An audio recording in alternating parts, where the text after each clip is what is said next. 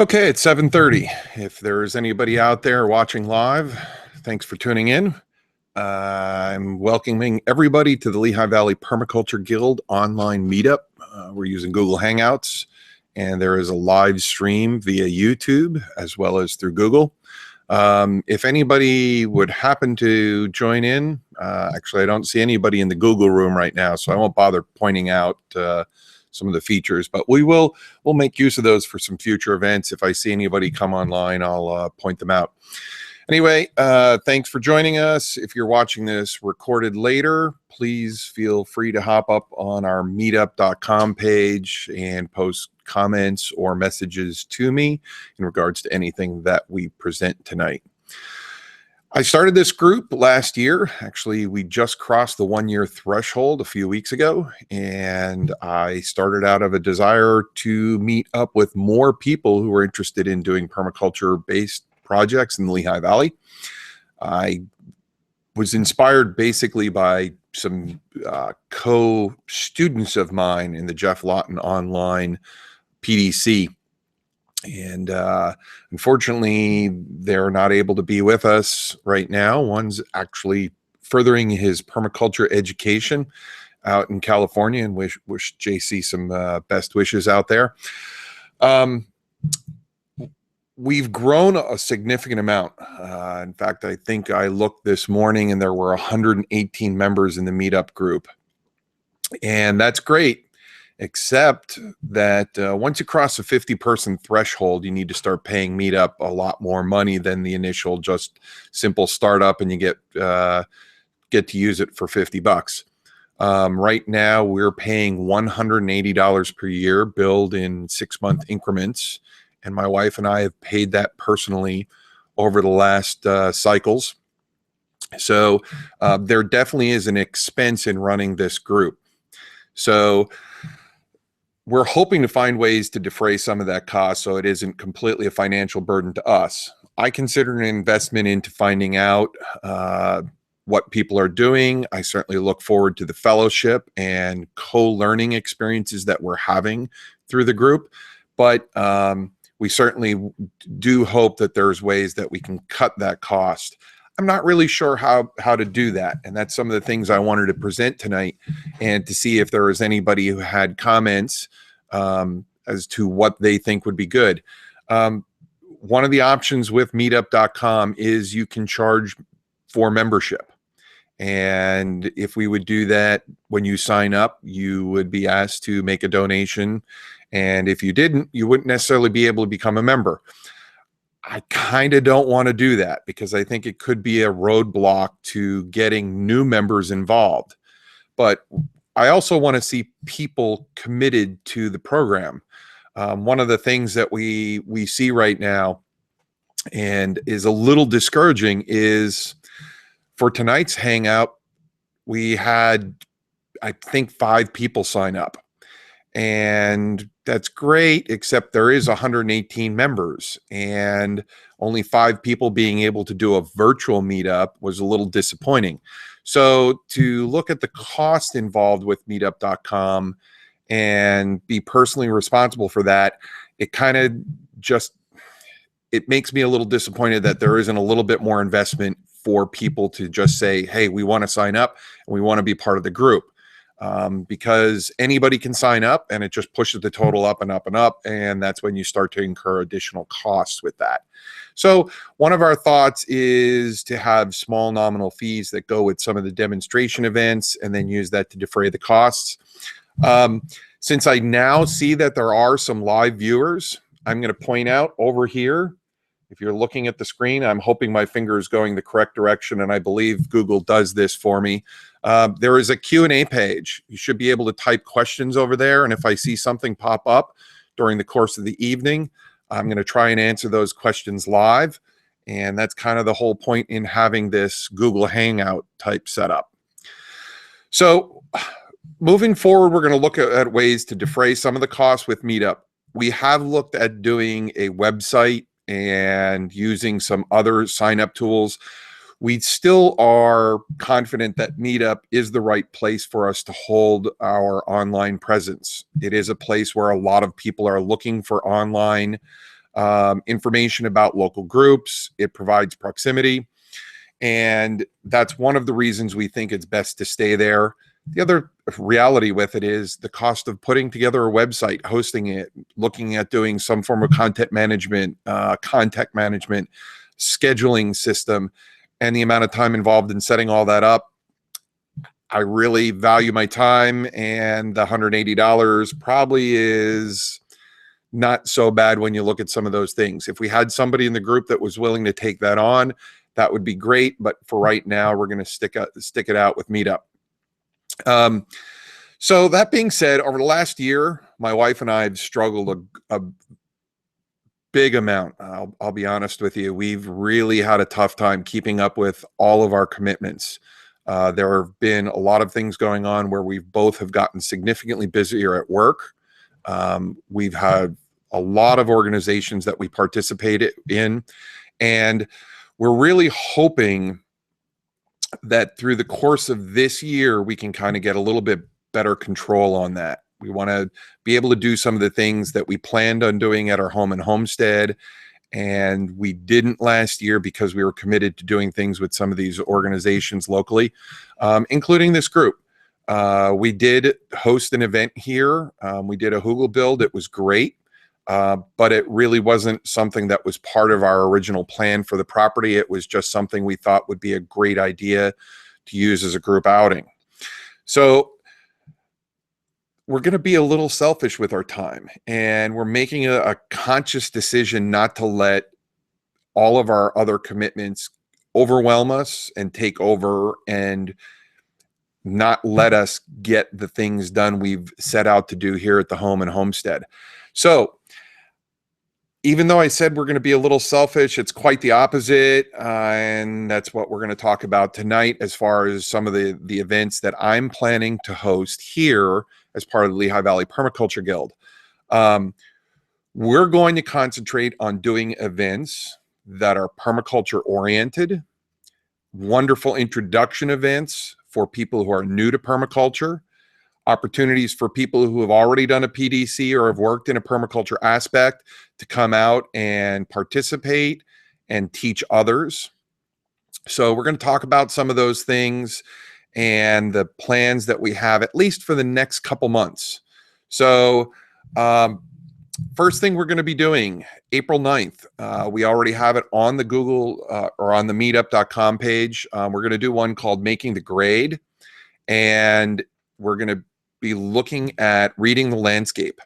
And we're going to dig out the laser. We're going to bring out water tubes. I have this beautiful A-frame level, even though it's beautiful and it was made by Permaculture Wood Shop. I'm going to show you how you can build your own and use it to find grade on your property. Water tubes, a lot of people don't know what those are, but it's really easy. It's just some tubing and some stakes of equal length with some markings on them. Anyway, we're going to talk about how they're used and use them to actually mark some grade on the property. We have a couple projects, and all of our permaculture projects this year we're going to use as demonstration events and opportunities for people to get involved and learn. And one of our first projects this year, for anybody who's been to the homestead, you know we have pigs, and we're going to be doing some swaled berms and some plantings around permanent pig paddocks for us this year. So the Making the Grade, we're actually going to mark where those berms and swales are going to go. We're going to do that, like I said, April 9th, early April. And then what we'd like to do is follow up with a simple swale build. We're going to take our tractor, two-bottom plow, dig those swales, but then we're going to come in with some hand tools, do some raking, hoeing, level things out, talk about sill plates and swales, swale containment volumes. And we're going to do the swale planting here at the house. And what I've been looking for is input as to when people would like to see more of the events moving forward. The Making the Grade one we're going to do on a Saturday morning into early afternoon. The swale planting, now that it's springtime and the days are getting longer, I'm willing to host that during an evening. If people would like to do a weekday evenings, we certainly could schedule that for people who don't want to be totally committed to doing things only on weekends.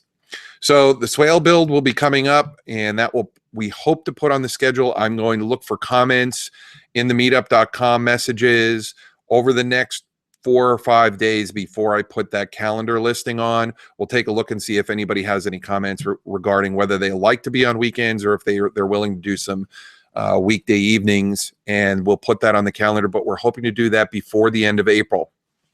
One of the things that we're very active in here at the homestead, for anybody who visited last year, you know that we have about 5,000 gallons of rainwater storage. We are going to host a rainwater harvesting workshop, looking to do that in early May as people are getting ready to do your gardens. Certainly, it's well worth harvesting as much rainwater as possible. We've had drought conditions throughout the country, and we certainly should not be letting it all run away. Not everybody has the privilege of having a pond or earthworks to store all their water. And even looking at the earthworks that we're looking to do and some of the things we've done in the past, our water drains away. I actually was emptying one of our tanks to refill it the last few days, 330 gallons, dumped it on the ground on a hillside. I think I only saw about 6 feet of water before it sunk completely into the ground. So we have a lot of infiltration in our ground. So water storage and rainwater harvesting. We're going to look at getting some barrels. We have all of the shop tools to do all of the barrel conversions, cutting the tops off, putting in fittings and valves for drainage. So we have all the equipment. We're going to source the barrels for anybody who would like to build and take home a rainwater barrel. We will get all the materials together, but we're going to ask people who want those, obviously, to pay for the costs that are involved, and we'll let you know what those are going to be in advance. But we will be able to get food-grade 55-gallon drums and all the materials necessary. But beyond that, we're going to talk about the whole concept of rainwater harvesting, how much water you can get from roof surfaces. If you are looking at doing some things as far as ground, how much you can store. And some of that will fall into the swale building as well. But we're going to look particularly at what we'll call man-made storage for rainwater. So we're looking to do that in May. Project I had on our calendar and was hoping to do last year, but pushed off to this year just because of some different design issues. I am very excited about geodesic domes, and we're going to host a dome building workshop here. It is probably going to be a combination Google Hangout, maybe some pre-recorded video, where you will get to learn the theories of Buckminster Fuller's great design of a geodesic dome. But we're also going to have you come out, and we're going to build a steel frame geodesic dome. We're going to utilize it for some pig shelter, and it's going to be a trellis for some hardy kiwis. So you'll have the opportunity to work down in our shop, and we'll show you how the jigs are configured for doing conduit bending and end configuration, some drilling, and all of the different fixtures that we will utilize to build geodesic dome. And we're going to put up the dome. And that is just going to be the introduction to geodesic domes, because the goal for us is to actually build a 32-foot dome in the backyard sometime later this year that we'll use to host events as far as trainings, just potlucks, some different things. But we're going to look at building a much larger dome that we could use as an outside gathering area for upcoming events as we move forward. So first one, we're probably looking at doing maybe about a 16-foot 2-frequency dome. The later one, later in the year, is going to be a 32-foot 4-frequency dome. And for those of you who don't understand what I'm talking about, that's exactly why we want to do this event and have you come out and learn about geodesic domes. They have so many practical applications. We've seen people online utilizing them for chicken coops. We've seen people using them for storm shelters, for disaster relief. And it's an awesome structure that packs down into very little space that you can set up. And I may even look at utilizing something like that on some of the property we own in Colorado as a temporary living space while we build some other structures when we get a chance to retire out there. But that's a pipe dream. We'll get to that some other time.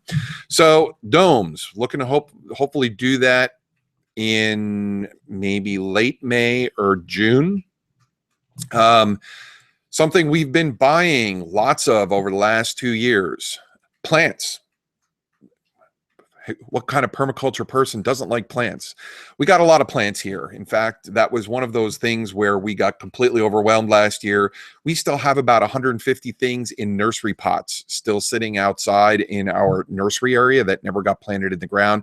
We're going to try and get some of those things in the spring, but we're going to look at starting to divide those. And one of the projects I have on the group list is mist propagation. If you don't understand what that is, it's where we're going to take cuttings, build a bed out of sand, but then use misters to keep them hydrated while they create roots. Looking to do that sometime around mid-June as well. That we may end up playing with those dates with the dome and the mist propagation system to flip-flop one or the other. The mist propagation system is a little bit more time dependent because we need to time it when wood is ready to be taking softwood cuttings.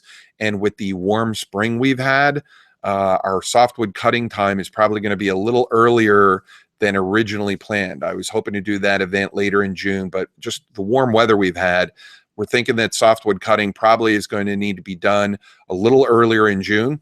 But one of the great ideas with this is that we're hoping to develop a plant share program out of the Lehigh Valley Permaculture Guild where we can take cuttings from our plants, your plants, somebody else's plants, divide them, propagate them in the mist propagation beds, and root them, pot them, grow them up, and then we could utilize them for plantings as we do some different demonstration events. So looking to do a full propagation seminar at a later date. I am not fully experienced in grafting and some of the other propagation techniques. I am in contact with somebody who we're trying to schedule some dates and take a look when the best time to do that will be. But we are looking at getting some other experts to do some training here as well. And plant propagation and grafting is definitely one of those things on the list that I've been asked about. And I have a handful of people that we are looking to utilize to do that training. Demonstration and kind of a potluck type event that we're looking to do potentially August. I'm not really sure about the timelines. We have a couple things going on in August as far as training events, and we're going to be doing a little bit of travel to some different permaculture areas. So we're going to check our calendar, check everyone else's calendar. But one of the things we're looking to do for August is an alternative cooking demonstration. So let me take a quick drink.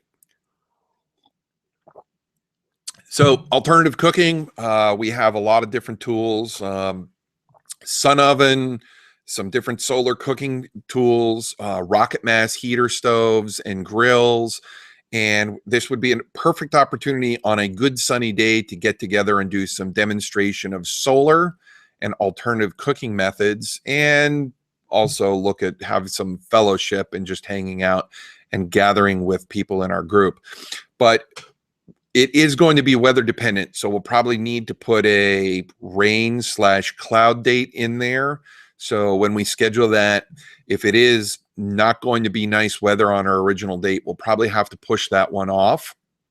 So looking to do that in August. Another thing I'm working on this year, I started a little bit of last year, and for those of you that came out to the hugel bed build, we did do some wood chip cultivation with King Strophoria, but I'm getting much more involved in mushroom cultivation. They are a wonderful way to heal the soil, to heal bodies, and heal the earth. I think the work that Paul Stamets is doing, Trad Cotter, Peter McCoy, and others, the people working with mushrooms are finding unbelievable useful ways to utilize these fungal growths to repair things. Like I said, there is cancer fighting properties in some, there are some great ways to fight disease. cholesterol fighting properties in all of these different mushrooms that are out there.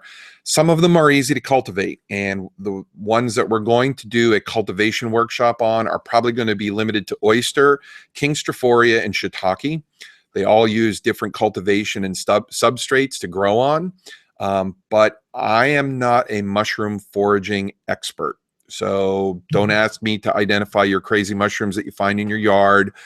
I stick to the things I know, because one of the guys that I went to some seminars, Trad Cotter, had a great statement. And he said, I often get asked if this particular mushroom is edible. And people will send me this little fuzzy cell phone picture. And my comment when I get a picture like that, he said, is all mushrooms are edible for about the first 30 minutes.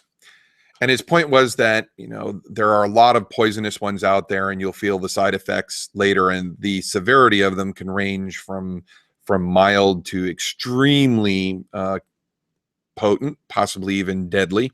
So we're going to stick with the ones we know.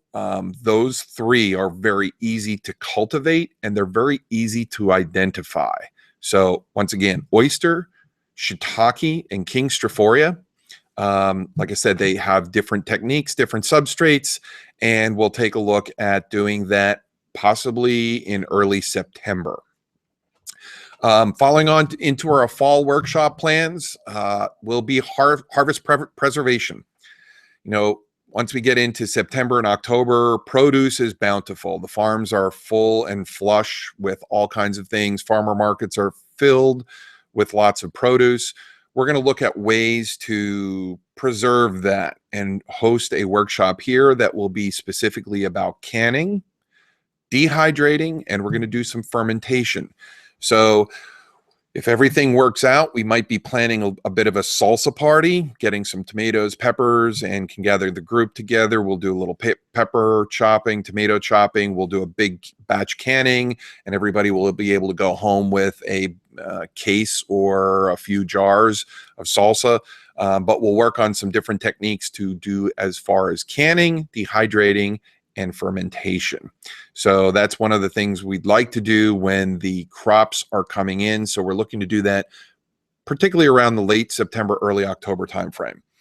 Something I'd like to schedule, and I'm looking for comments, if people are interested, small group movie nights and potluck dinners. We can host those here. We can't host a large group here at the house. We don't have the parking, and we really don't have the space. But for some small groups, if people are interested in looking at some permaculture movies, I have a ton of great video resources. I'd love to sit down and watch them as a group and share in some snacks and some talks and discussions about the movies and other topics.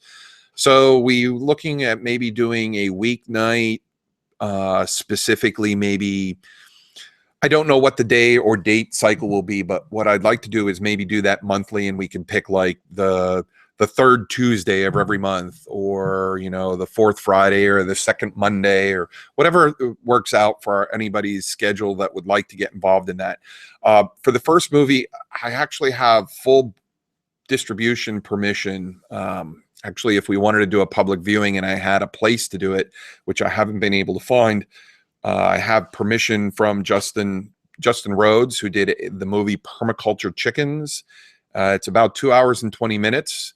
So if we want to get together, anybody's interested in doing poultry, we could do Permaculture Chickens as one of those first movies. But I do have a shelf full of permaculture media. So I'd love to get together with people and watch some of those, and then have some small group discussions about them. So that's about all I have planned for the Lehigh Valley Permaculture Guild directly. But at the same time, I'd like to announce that we're going to be doing something in association with the Permaculture Guild, but coming out of the idea that people would like some more training. And we had discussed during one of our first organizational meetings about doing a PDC. For those who haven't done a PDC, don't know what it is, permaculture design course, permacultural design certificate. I'd like to do a PDC style training for those people in our local community. And it would be a great opportunity to not only teach, but expand the reach of permaculture in the Lehigh Valley. So I'm going to associate it with this group, but it's going to be run through our homestead farm business. So what we're going to do is something we're going to call Perma Plus. It's in the process. I'm looking for comments, suggestions, and feedback on this idea, but it's going to be a little bit more than just permaculture. It's going to be a little bit more than a standard PDC, and that's why we're calling it Perma Plus. It's going to be a permaculture design course with the addition of homestead skill integration. And it's going to utilize a lot of the things we've talked about as far as these demo events that we're hosting here. But the idea for us right now is we'll do some pre-recorded video that people can watch. And then one of the reasons I'm working on Google Hangouts right now and utilizing this media to do this original presentation is I'm looking to do Q&A sessions. So for example, in my PDC with Jeff Lawton, we got everything on a box of DVDs. And then you could send him forum messages and he would answer them. And then you post the videos. I would like to actually post videos that people could watch at their leisure. And then we'll schedule maybe a monthly Q&A session. I'd actually like to make this PermaPlus course a full year long. I know for me with work and other things, it was really difficult to squeeze in the Jeff Lawton course into the 4-month timeline. I wish I would have done it in the fall instead of the winter spring thing, because my design project was due as we were getting into the time when everything was growing and animals needed to have fences moved.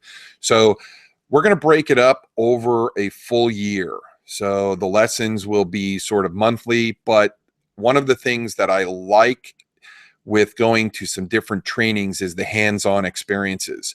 So we're going to integrate hands-on experiences to go along with those lessons. So if anybody's interested in doing a PDC, please email me through the meetup.com, or you can send me an email message directly at meetup@harvestathome.com. And let me know if you're interested in doing a PDC style training. If you'd be interested in doing that, I'll get back to you, but also looking for a whole bunch of comments. So that's all I have for tonight. I want to thank the handful of people that actually popped online. I did not get any questions. I did get a comment. So thanks, Joanne. And we'll look forward to having you for some potlucks and movie nights. For everybody who's watching this later, not live, certainly please hop over to Meetup, post your questions over there, post comments over there. That's going to be our central repository for things going on, and that will allow me to find out what people would like to learn, what people's schedules are, and how we can better integrate permaculture in the Lehigh Valley. So everyone, thanks. Looking forward to a wonderful and lush growing 2016 and getting together with everyone. Thank you.